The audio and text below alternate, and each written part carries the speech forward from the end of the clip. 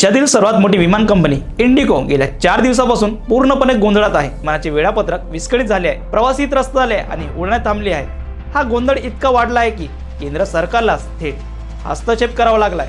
शुक्रवारी नागरी विमान वाहतूक महासंचालनालयाने म्हणजेच DGCA ने अचानक निर्णय घेतला आणि विमान कर्तव्य वेळ मर्यादा म्हणजेच फ्लाइट ड्युटी टाइम लिमिट नियमाच्या अंमलबजावणीला तात्पुरती स्थगित दिली आहे। हा निर्णय सेवेत सुधारणा करण्यासाठी घेण्यात आला आहे असं सांगितलं। तरी परिस्थिती हाताबाहेरच दिसत आहे, कारण वैमानिकाची संघटना ALPA इंडियाने DGCAच्या या निर्णयाला थेट विरोध दर्शवला आणि याच विरोधामुळे इंडिगोची सेवा पुन्हा एकदा दणक्यात विस्कळीत पडली। मंगळवारपासून सुरू झालेला गोंधळ थांबण्याचं नावच घेत नाही।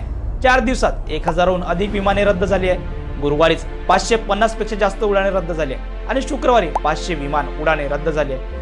दिल्लीतून एकही फ्लाइट गेली नाही।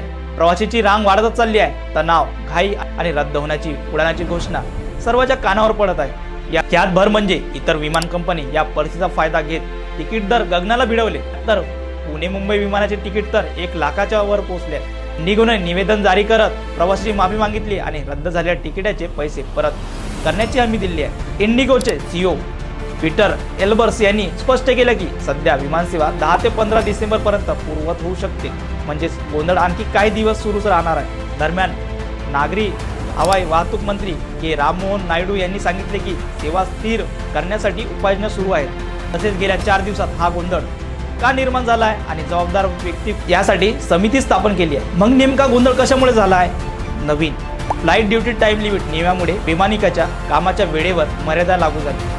कामाचे तास कमी झाल्याने विमान कंपनीकडे मनुष्यबळ कमी पडले। कमी पायलट, जास्त उड्डाणे आणि रद्द करण्याशिवाय DGCA ने नियम स्थगित केले, पण वैमानिक संघटना विरोध करत असल्यामुळे तणाव वाढतच चालला आहे। प्रवासाचे नियोजन बिघडले आहे, तिकिटाचे दर आकाशाला भिडले आहे आणि हजारो लोक प्रवासासाठी अडकून पडले आहेत। आता एकच प्रश्न आहे, इंडिगोची सेवा पूर्णपणे पूर्ववत होईल की विमान उद्योगातील हा संघर्ष अजून मोठा रूप धारण करणार? उत्तर पुढील काही दिवसातच स्पष्ट होईल। आणि अशाच अपडेटसाठी महाराष्ट्र चॅनलला फॉलो करायला विसरू नका।